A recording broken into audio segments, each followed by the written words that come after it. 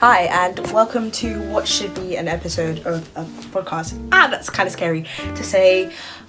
So I filmed this like 2 times already, but all obviously with different topics, because I feel like the whole point of a podcast is to be conversational.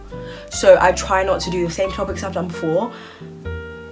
So the topics have changed each time, and I've deleted each one, and it's a mix of the fact that it keeps cutting out halfway through when I'm talking and I lose my train of thought, and also the fact that I kind of didn't like the episodes. I've never ever wanted to make it a career, like never. It's never.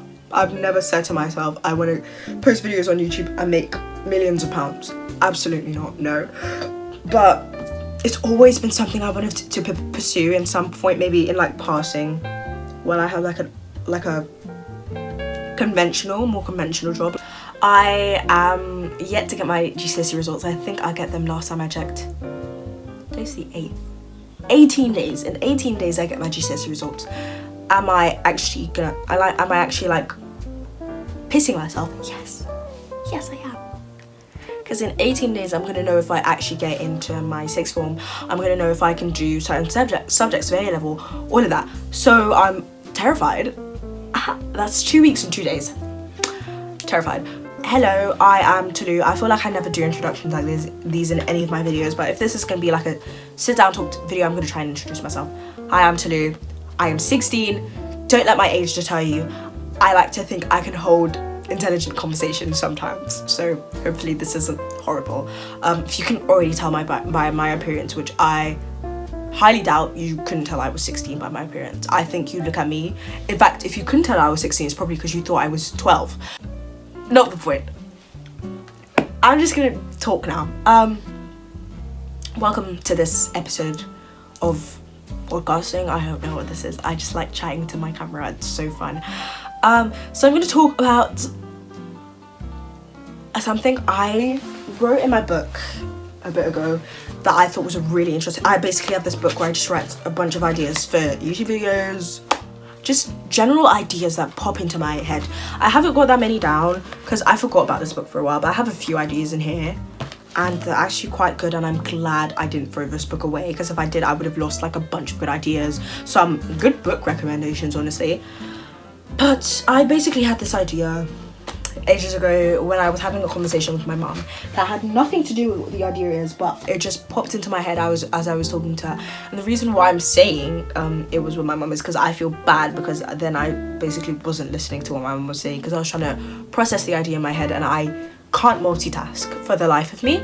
So I just sat there looking at her like, and in my head I'm thinking about this idea that I think is absolutely genius and I need to pursue in some form. So here we are. I was going to do at some point like a whole commentary video about this, but if I do end up doing that, it's going to be way in the future. So for now it's just going to be like me chatting about it from what I know, because I'm going to have to do hardcore research if I'm going to make a commentary video. And if I'm just doing like a podcast thing about it, like I can just talk about what I know and what I think is interesting, because that's what a podcast is. So I just stumbled across this phenomena of correlation versus causation, and I think it's the most interesting thing ever, because correlation versus causation, that's how they get you. That's how they get you. And I mean this literally, this is how they get you in real life. These are the kind of things they use for scare tactics. So for statistics, when they say stuff like, oh, you know, crime rate has risen since more black people moved to this part of this country or this city, that's correlation. I'll give you that. However, no one says these people moving here couldn't caused crime. It could have just been caused by the fact that more homicidal murderers moved to the area, or more people who are prone to stealing moved to the area, just generally, not just black people. Also, if there's just an influx of people moving to that area in that time, it would also show on the charts as more black people moving in. So that's how they get you. They show you certain parts, correlation versus causation. A perfect example of this that I always offer up, there's going to be a bit of backstory. So this one is going to be like a bit of there's going to be a lot of side tangents in this, but I think that's kind of what I need for this podcast, honestly, because I don't know what I'm going to talk about if I don't use this little correlation versus causation thing to keep me going. But autism. Basically, I'm a psychology driven person. I love psychology more than anything. To my core, I just want to understand the human psyche, the human condition more than anything. So I genuinely do pick up the DSM-5 in my free time and just flip through it and pick a random condition, you know? And when I get really invested in a condition, sometimes I do like actual research on the history and not just the symptoms, the presentation, the whatever, the criteria, all of that. I do research into actual history behind it. And autism ended up being one of those, which I'm going to do a whole other video about this because it doesn't just stop at the fact I was doing research because I got interested in psychology. There's more to the story that I will share in another video in the very, very far future. It'll be at least 3 months from now I will be talking about this, but I mean, you can wait. I can wait, I don't mind. Well, I don't want to be waiting anymore because of this thing. Should have happened ages ago, but when okay, I'm just going to talk about what I was going to talk about. Basically, I got into autism and I started like watching videos, reading articles, blah blah blah. So I stumbled across either this video or this article. I still can't tell. If I find it, I will cite the video or the source down below, one of the two. I don't know. But basically,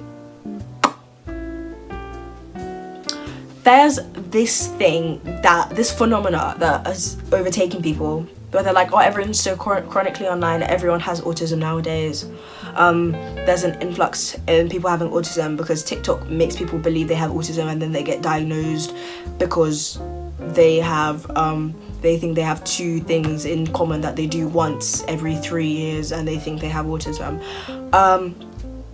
Which isn't true and is very harmful rhetoric because the roadblocks to getting actual diagnosis for autism is crazy. You don't understand how hard it is to get an autism diagnosis. Like, for someone who wants to go through it, like, it's really hard, and I like have sympathy for it, honestly, because imagine like you're trying to get diagnosed with something you know you have.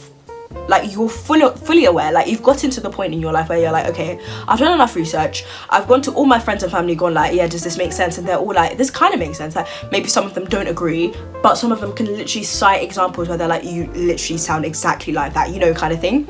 And then you have to wait like at least a year to get seen by anyone, unless you find like some fast track services, which, if you're watching this and if you're over 18, go to Psychiatry UK and go through the right to choose scheme for autism or ADHD. If you are under 18, go to the clinical partners scheme and use their right to choose framework.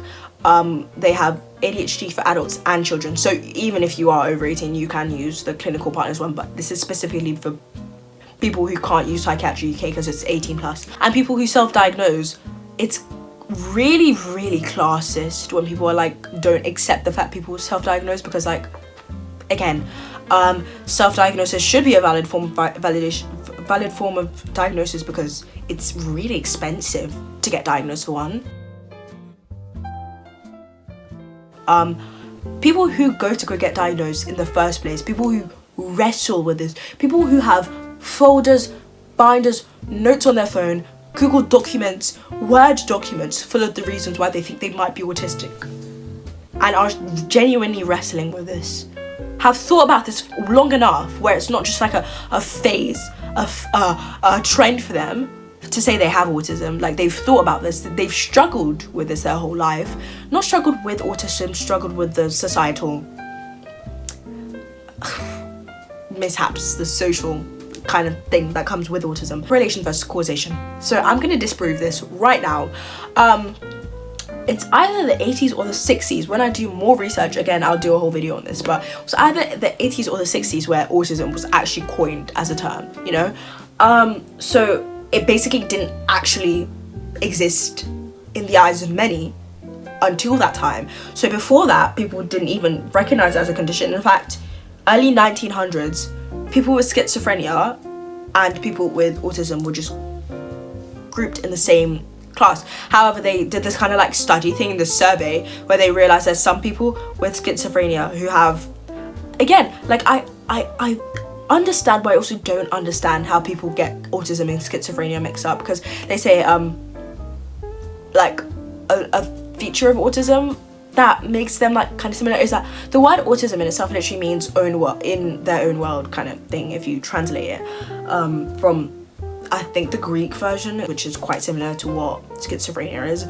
However, we've got better screening tools now, so obviously vast difference. It's very rare now that even a female with autism or a fat person with autism gets diagnosed with schizophrenia. That's really rare now, but that was the thing. They all got grouped together and they did the survey, and they were like, there's a bunch of people who just don't fully fit the schizophrenia like criteria. However, they like display some traits, and they seem to be like on a spectrum kind of thing of how they display these traits, blah blah blah. So that was like its own subsection, never got its name until like the 60s or the 80s. I still can't remember.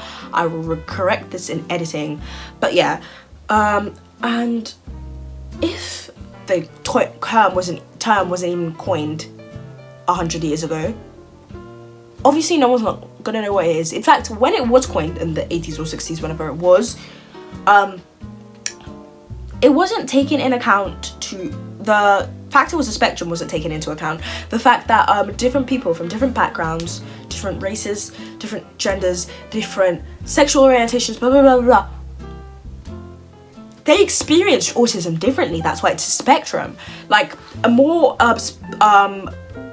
common example of this would be like AFAB versus AMAB with autism. AFAB people from the moment they are born are expected fly, get away. Oh my god. AFAB people from the moment they are born, they have these societal expectations put onto them. Just as soon as you learn how to talk, you have to be polite, you have to be nice, you can't be rude, you have to be like quite sheltered, quiet, but still be outgoing, be social, but be quiet at the same time though. They're born with these expectations to socialize. So obviously, if they're being indoctrinated into this, trained into this from a very young age, they're obviously gonna learn how to properly socialize from a young age. However, AMAB people, when they're born, they don't have these same expectations. The world is kind of handed to them on a silver platter kind of thing. And don't tell me, oh my god, no, that's not even true. Like, men don't even... AMAB people, or like just like cis men, the world is kind of your oyster, honestly. Like, even men of color, again, you do have that like disadvantage, but you're also a man. The world was built for you, just in general. Like, intersectionality and all that, like, I recognize that you're allowed to express yourself in certain ways that AFAB people wouldn't be able to express themselves in. So that kind of, it's a disadvantage and an advantage, as AMAB people are less likely to know how to socialize properly. However, that means their diagnosis rates are way higher, because it's easier to spot it in people who can't socialize as well as neurotypical people or AFAB people can. AFAB autistics, they go completely under the radar. It's very hard. Like, there's some AFAB autistics, however, who aren't pressured to mask early on, so like, or they are pressured to mask, but they just somehow like rebel against it, and they still kind of have their traits show through, and they're not like ashamed of it or anything. I feel like this is going to be such a boring video for people who don't care about statistics, but I think statistics are sometimes really interesting, so I thought, why not? That's one thing that attributes to why diagnosis rates have gone up.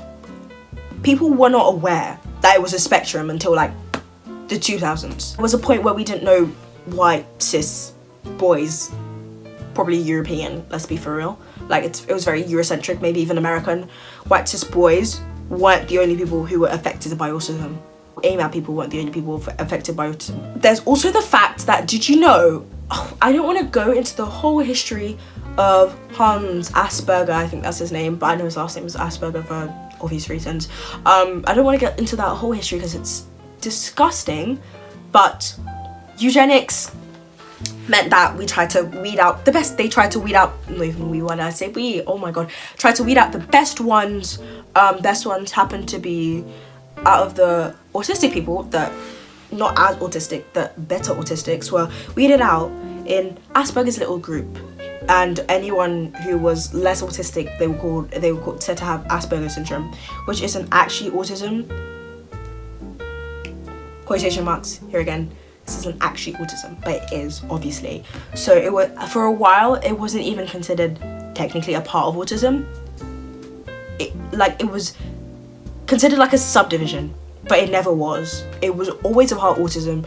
It was just bloody eugenics and racism and classism and ableism that led to this. But you know, then the DSM-5 updated, obviously. So for years, lots of people who were autistic went under the radar and weren't classified in the autistic category or statistic. They were classified in the Asperger's statistic. So obviously, people are getting re-diagnosed with just autism. So there's like some conditions now, because obviously like as the DSM-5 is updated, psychologists have to get with the times. Well, I hope.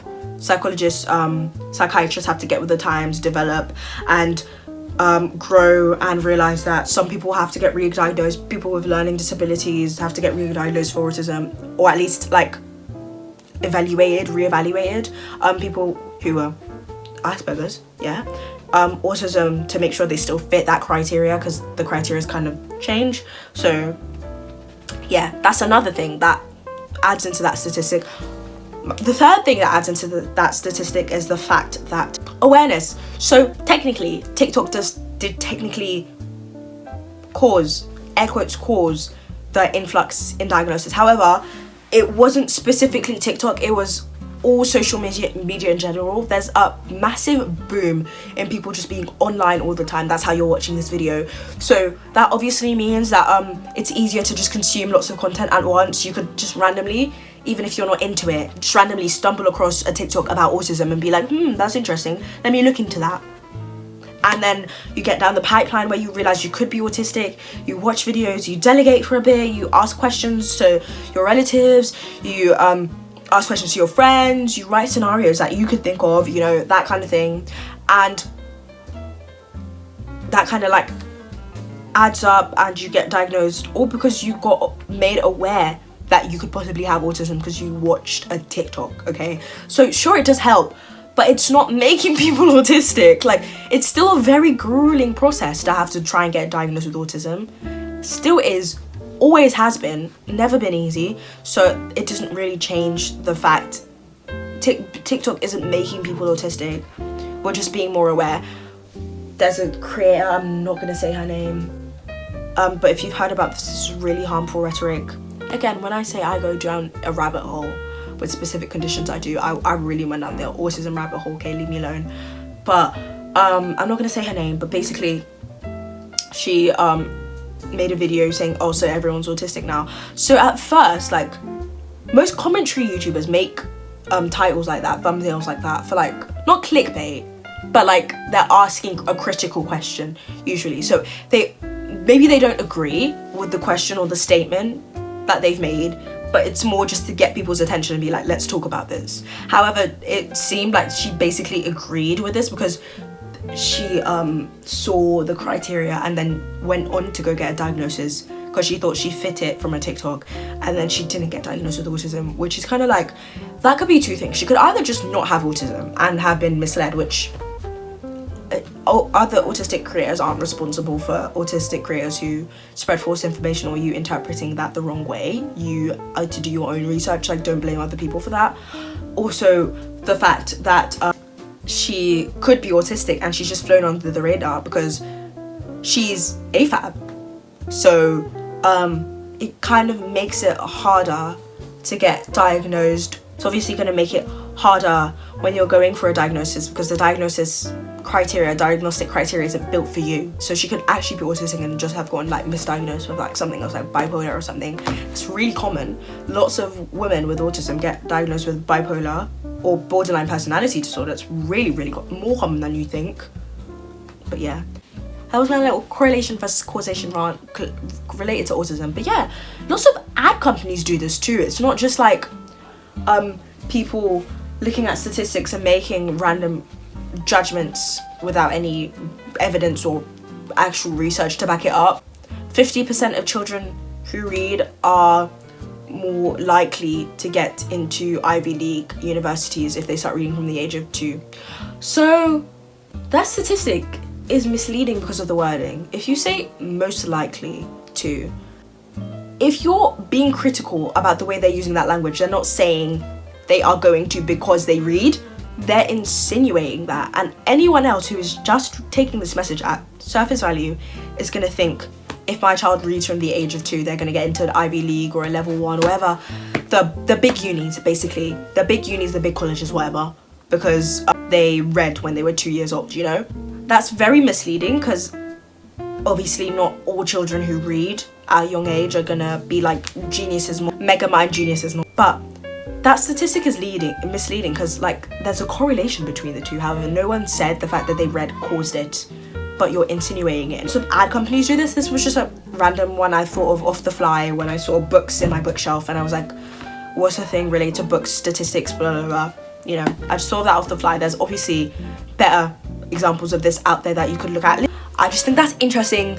And as a society, we need to talk more about the fact we're literally getting scammed by companies. Like, that constantly happens, obviously. We're all always getting scammed and trying to get, like, we're always getting sold something. Like, that's just how capitalism is. You need to be more critical sometimes with the purchases you make, with the decisions you make related to your life.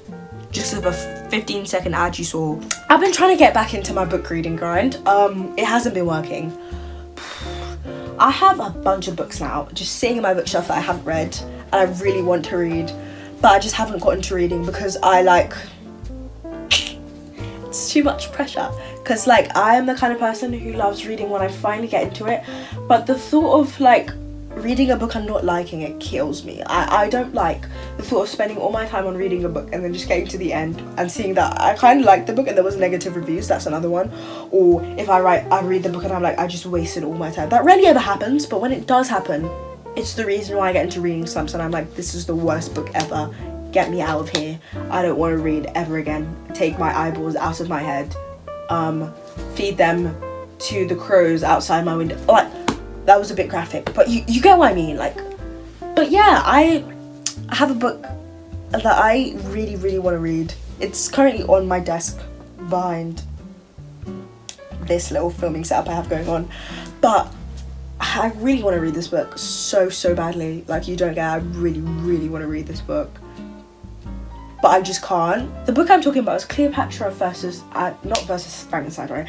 I always say versus because when I'm reading this book, it feels like they're against each other half the time. They don't feel like a united front ever. But that is not the point. It's called Cleopatra and Frankenstein. I think this book is so interesting. Really, really interesting. Study on character. I like saying that. I like books that are like character studies, like character driven. This isn't no plot, just vibes, but it kind of is at the same time. Like, there's obviously events going on, tumultuous events, blah, blah, blah, affecting them, affecting their friends, whatever. But like, it is like mostly character driven. Like, I can't read a book if it's just plots, no vibes. So the opposite of no plot, just vibes. I can't read that. Like, if you're giving me one-dimensional characters that I can't understand, like, I'm the kind of person that even with three-dimensional characters, like, I can't even fully grasp what their thoughts are. I can't even imagine being them. I can't put myself in their shoes, okay? I just don't know how to imagine books from the perspective of the character I'm reading. I can't imagine what they're thinking. I can't imagine what their next motive is unless it's written down on the page for me, unless it's spelt out. I can try and sympathize or empathize with the character, but I can't tell what they're thinking. I can't tell what their next actions are. So, for a reader like me who enjoys reading, but I can't get into it the way most people can, one-dimensional characters actually just kill the vibes for me. Because what do you mean your character's one defining personality trait is the fact that they're special? You know what books I'm talking about, them fantasy books where the main character is some girl who is gorgeous and beautiful and talented at everything and she's just the best or whatever, and then like that's her whole spiel. She has no personality. Her personality is that she's special and the best. However, she has to get saved by some man every single time, like she is about to die or gets into any sort of troubling situation. You know what I mean? Okay, those kind of books, like they completely put me out of it. But there's a book I have that is No Plot Just Vibes, and I've like kind of been putting off reading it because like I feel like as I'm reading this, I'm relating to this character a little too much, and at the same time I'm realising I'm self-aware enough to realise I relate to this character a bit. I also completely hate her, and that is not a good combination, you know. It doesn't end well for my mental health if I read a book like that. So I'm putting that off for a while. I don't relate to her a crazy amount though, because she's very narcissistic. I don't consider myself narcissistic. I feel like I'm just real about the things that are factual. So like maybe when I'm talking to someone who I know is gonna take my like, what's the word, frankness quite harshly, I'm gonna be a bit more coy about some things. So like about the fact I'm fully aware of the fact that I'm privileged in an intellectual way, that I don't really have to study a crazy amount to do as well as like half the people in my class. I'm also aware of my faults in that way, in the way that I don't know how to study because I've grown up just knowing how. Like I if I'm talking to someone who I know won't be offended about that, I'm going to be very frank about what I think. However, I'm coy with most people. Even some of my best friends, I'm very coy about the things I know about myself, the things I think are factual, that are facts, and nothing can change that. But this character borders on narcissistic with some of the things she says, but she also has a frankness to like her narcissism. I feel like I'm actually really enjoying this, guys. Oh, something kind of interesting. I'm gonna cover up my address. My Savers card came up in the mail. I feel like if I say Savers card, you're gonna know what county I live in, and you know I don't actually mind if you know what county I live in because it's a big county, okay? My Savers card came in the mail. I've recently just been getting a lot of like official documents. It makes me feel so grown up when I get documents with like my name, not my parents' name, or to the parents of. That pisses me off. I'll just enjoy the fact that now everything's just addressed to me, and it just makes me feel so like independent, you know, which is actually really ironic because I've kind of regressed and progressed and regressed. Like my journey as a human being, okay? So I had to ask my mum some questions about me as a child, and it involved me like having to realize my perspective as a child is completely different from how I'm perceived by other people. So my mum, like, she couldn't pick up on some of the really weird quirks I had and still have, that I remember as a child, or because she wasn't obviously around every single moment I was breathing and living. She was busy, she was a working woman, go her. It made me like feel more aware of some things. Like I had to be very self-aware for this and think, okay, my perspective isn't going to be the same as my mum's. I also had to be like, okay, I'm going to just have to accept the fact that like people saw me like this way and not that way. So I prepared myself for like getting really offended when my mum started talking about my childhood. But then it started feeling like I was being validated, honestly. Like I'd asked my mum if she thought I was like mature as a child, and she was like, honestly, yeah. You were like really independent as a child. Like, sure, you lost a lot of things, but you were very independent. You'd play in the corner by yourself. I mean, mind playing in silence if I asked you to. You didn't mind having to watch TV by yourself. Kind of like juxtaposing to the way I am now, where I can fully admit with chest I'm an adequately intelligent person, okay? However, common sense, the worst word I've ever heard in my life. I hate the word common sense with all the fibre of my being, okay? Because I don't think common sense is that common, because it's just stuff that other people think is common and thinks is smart, but I don't think it's smart, I think it's dumb. But yeah, I've kind of regressed in the way that I don't have the typical common sense that most people have, and I think it's stupid. Yeah, I think it's very stupid. Like things like left from right, tying your shoelaces, reading maps, common sense that you're not supposed to do this at that time, or you're not supposed to say that then, or whatever. Just like, not common sense, just stupid rules people made up is what I call them. Stupid rules dumb people made up, okay? Definitely heated. But yeah, kind of regressed in the way that I was still like doing really well academically, like in school, but I didn't have the common sense that everyone else had. So people would like treat, like people still do this now, and I grown to accept it, but if I'm not in like a close friendship circle with someone, they're just very, very prone to like infantilizing me. But it's not in like a, oh, you poor baby kind of way. It's more like subtle. And I'm not stupid. Like, well, I'm not stupid, but I wasn't always able to pick up on the fact that that was what was happening. It took me years to realize. I've finally seen the light in the past recent years that people infantilize me all the time, and I just never realized. Like, I remember when I was little, I was always the baby of the group. Oh, and I was like, it was like, yeah, sure, I'm born like later in the year, but also I'm not the youngest. Like, I was never the youngest, but I was always the baby of the group, and it pissed me off. But or the fact like, oh, stop, or the fact like I remember like I'd do something that wasn't like societally acceptable, and people would just be like, oh my god, I can't believe she did that. Like, to be fair, like if I wasn't as like conventionally attractive, I'm putting that in air quotes, okay, because like if I was like not even like a little bit pretty, like I'm not even being like cocky here, I'm just being like factual and honest, okay, if I wasn't even like a little bit conventionally attractive, people would be way less like accepting of the quirks I have, I guess. People would be like way less accepting of that. But like people were more like, oh, so cute, she doesn't know how to tie her shoelaces, she can't read clocks, like leave me alone, okay, like let me breathe. And the clock thing, like, and tying shoelaces thing actually isn't a joke. I didn't just think of that off the fly, that's literally me.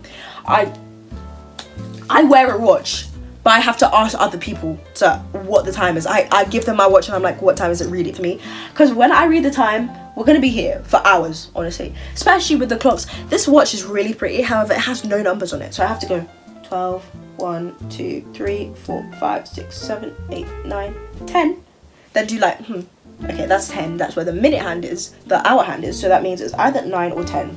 Then I go 1, 2, 3, 4, 5, 10 times, so it stopped at 9. 9 times 5 is 45, plus 2 is 47, so it's either 9:47 or 10:47. However, it's more on this side, so that means it's probably 9:47. However, most people just go 9:47. How'd you do that? I have to do the maths, okay? I'm not complaining about the fact I have to do maths. I actually kind of enjoy maths. So I'm complaining about the fact I spend most of the day checking the time if I have an analog clock. This is why I hate watches. I hate watches. They're aesthetically so pretty, but I hate them. Like, if I ever got an apartment, if anyone put a clock on our wall, I'm breaking it. I'm sorry. Oh my god, there's so much other stuff to talk about. But I think maybe I should end the podcast here. I think I'm gonna end the video here, honestly, because this was really fun. I honestly enjoyed just like chatting at the camera. I'm gonna do another one of these, and I'm gonna search like topics to do. But yeah, I honestly just enjoyed talking to the camera. It was fun. But yeah, hope you enjoyed this podcast. If you liked it, you can only watch it on YouTube, unless like people request me to put on other platforms. It's only going to be on YouTube. Leave any suggestions for a topic you'd like me to talk about. I don't know, just discuss in the comments, honestly. I just want to hear anything. I'd like some conversation. I'd like someone to talk about what I was talking about, because I like chatting about things I'm interested in with other people. I think it's fun. Sometimes I know I can tell, that's why I have to add lots of exclamation marks and emojis when I'm chatting with people, because they think I'm being hostile when I'm just disagreeing with them. But I promise I'll try not to do that in this comment section, okay? So comment anything you want, I will talk to you. And see you guys in the next podcast or video I decide to do. Bye!